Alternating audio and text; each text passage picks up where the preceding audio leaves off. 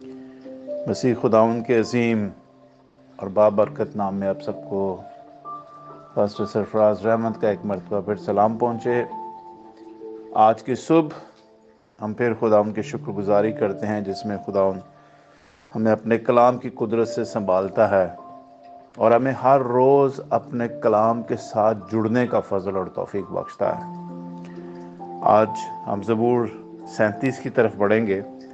اور اس کی جو ہیڈ لائن ہے وہ یہ ہے کہ بد کرداروں کا اور نیکوکاروں کا انجام۔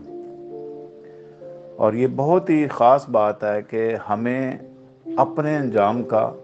اور ان کے انجام کا بھی پتہ ہونا چاہیے جو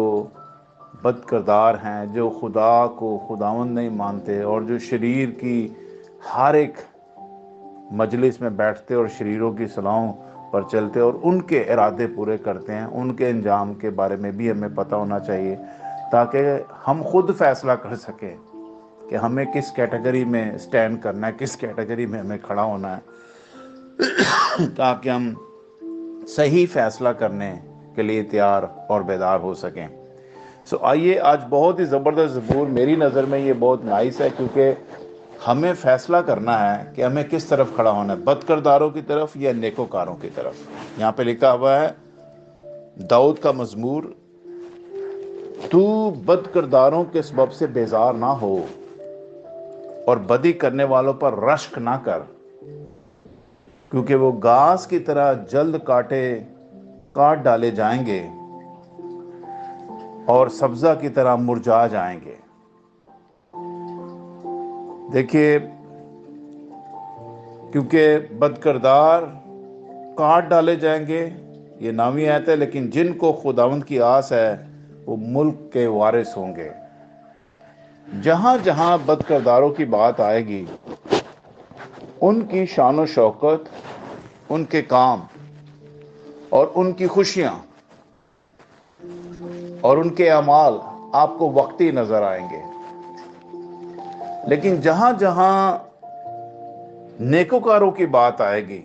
خدا پرستوں کی بات آئے گی، ایمانداروں کی بات آئے گی، وہاں پریز دا لارڈ، ہمیشگی کی بات آئے گی، ایٹرنٹی کی بات آئے گی، لازوال زندہ رہنے کی بات آئے گی، کبھی نہ مرنے اور کبھی نہ ختم ہونے کی بات آئے گی۔ اور انہی دو باتوں سے جب بد کرداروں اور نیکوکاروں کی بات ہوتی ہے تو ہمیں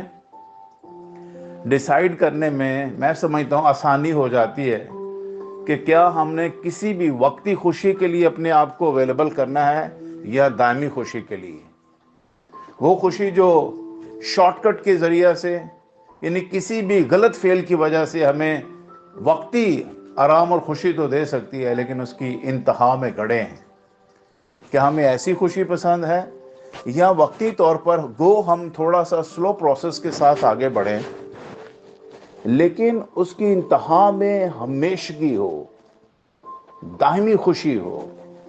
آرام ہو، سکون ہو، جس میں بےعزتی کا کوئی عنصر نہ ہو، جس میں ذلت کا کوئی عنصر نہ ہو۔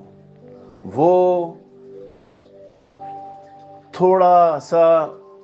آپ کو صبر کرنا پڑتا ہے، لیکن اس میں پھر آپ ہر چیز پر غالب آتے ہوئے نظر آتے ہیں۔ جیسے کہ زبور 1 میں یہاں پر ہم دیکھتے ہیں کہ اس شخص کی مبارک حالی کا ذکر کیا گیا ہے جس نے خداوند کے ساتھ اپنا دل لگایا ہے، جو شریروں کی صلاح پر نہیں چلا ہے، جو خطا کاروں کی راہ میں کھڑا نہیں ہوا ہے، جو ٹھٹھا بازوں کی مجلس میں نہیں بیٹھا ہے، بلکہ خداوند کی شریعت میں اس کی خوشنودی ہے اور دن رات اس کا دھیان خداوند کی شریعت پر لگا رہتا ہے۔ وہ اس درخت کی مانند ہوگا جو پانی کی ندیوں کے پاس لگایا گیا ہے، جو اپنے وقت پر پھلتا اور اپنے وقت پر اس کا پھل لگتا ہے، اور جس کا پتا بھی نہیں مرجھاتا۔ لیکن اسی زبور پہلے میں لکھا ہوا ہے شریر کا انجام۔ یہاں پر جیسے بد کردار اور نیکوکار کا انجام بتایا گیا ہے، اسی طرح سے زبور پہلا بھی اسی زبور کی تائید کرتا ہے، اور زبور پہلے کے اندر بھی ہم انہی باتوں کو دیکھتے ہیں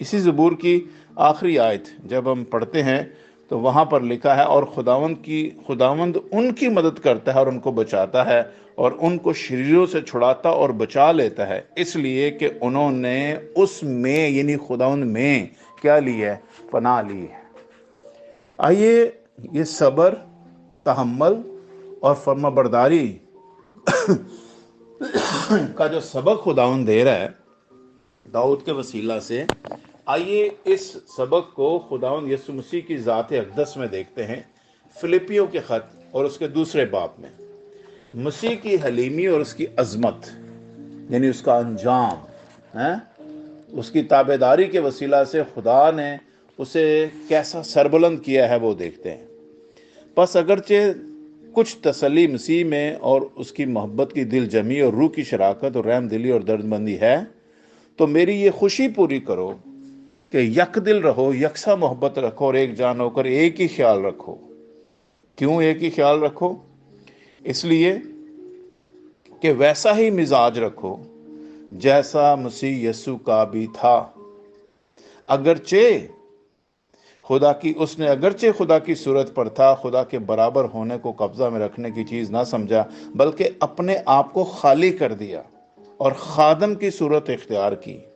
اور انسانوں کے مشابہ ہو گیا، اور انسانی شکل میں ظاہر ہو کر اپنے آپ کو پست کر دیا، اور یہاں تک فرما بردار رہا بلکہ صلیبی موت گوارا کی۔ اس واسطے خدا نے بھی اسے بہت سربلند کیا،